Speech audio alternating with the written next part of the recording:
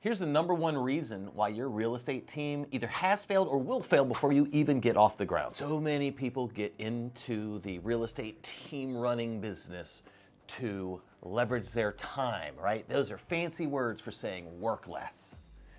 If that is your purpose, you are probably not going to make it very long. If your thought process is, I'm going to start a team, I'm going to create and duplicate what I already do, and if you're thinking about starting a team, you may have, at least hopefully, have some level of success selling houses. But if your thought is, I'm going to duplicate what I do, I'm going to bring other people along to duplicate what I'm doing, right? So we're going to do quadruple and double, triple, quadruple the amount of volume that I'm already doing, and somehow logically in your mind you're going to work less. I hate to break it to you, but that ain't gonna happen. I think circling back around to the why, just like if you're talking to your agents about their why, I think it's very important to identify your why. Why have you decided to start a team? And I'll tell you, for me, it was, I'd love to say it's going to help more people in my community. And listen, I love helping people. There is no better feeling than to hand a set of keys to someone and say, here's your new home, to help someone put a massive paycheck in their pockets after selling their home. There are so many rewarding things about this industry, but to be completely honest, the reason that I started was not to work less, but it was to insulate what I was doing. So my personal why, I found myself selling homes at a very high level. My wife had come to join me, which is pretty awesome. I highly recommend, well, I don't know. If your marriage can handle it, I highly recommend that. And the reason I say that is because my wife actually kind of became a little bit of our transaction coordinator or operations manager. She covers so many things that I would have had to hire for. So, you may have to hire for that job, and that's okay. Most people do. I just, am able to keep that in home a little bit. So that works out really well. But what I realized is that, she really was not a realtor. She's not selling homes. And so I'm the breadwinner.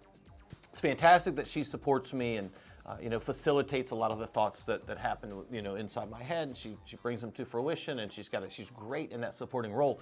But what it dawned on me at some point was that at some point, if something were to happen to me physically, if I were to go down, if I end up hospitalized for 2 months, there's no income there. There's no one there to continue doing what I'm doing. There certainly is no salary. So for me, my why was to provide some level of stability for my family, regardless of my health. And I'm very healthy, that's fantastic, but we never know what tomorrow may bring.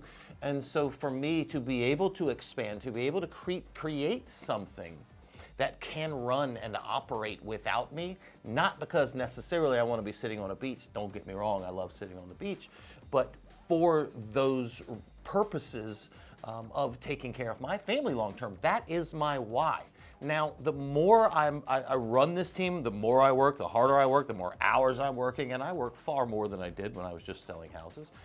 But I do find as the team grows, as I'm able to hire people to help in those positions, that more and more I have more and more of my time back. But that took a lot of time, and that has taken a lot of blood, sweat, and tears. And again, I'll say time, me investing my time, long days, constant days, no breaks. Certainly we'll take the time for vacations and those getaways. You need to do that. But the time invested is going to be far more in those early days than even what you're doing right now from a sales standpoint. So circling back around, there's really 3 questions you need to be asking yourself, and that is, why am I doing this? Who am I looking to help? Who are the agents that I'm looking to attract? Who are the consumers that I want to help? Who are the people in my life that I am doing this for, which also circles back around to the why, I think. And then lastly, how? How are you going to go about it? Are you going to be the team leader that just continues working your own business, just wants to do more of your own and create, a team of people that just support you, and you're the head of the tip of the spear, so to speak? Or are you going to be that team leader that wants to get out of production, or at least back way down from production, and lift up a team of agents to go and sell their own homes and put their own names on listings? And represent their own buyers.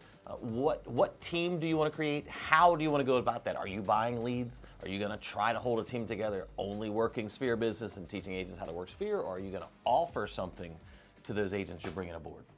Listen, we're not just building teams, we're also talking about what we're doing on a day-to-day basis to keep them thriving and to keep them growing. If you'd like to follow along, just hit subscribe.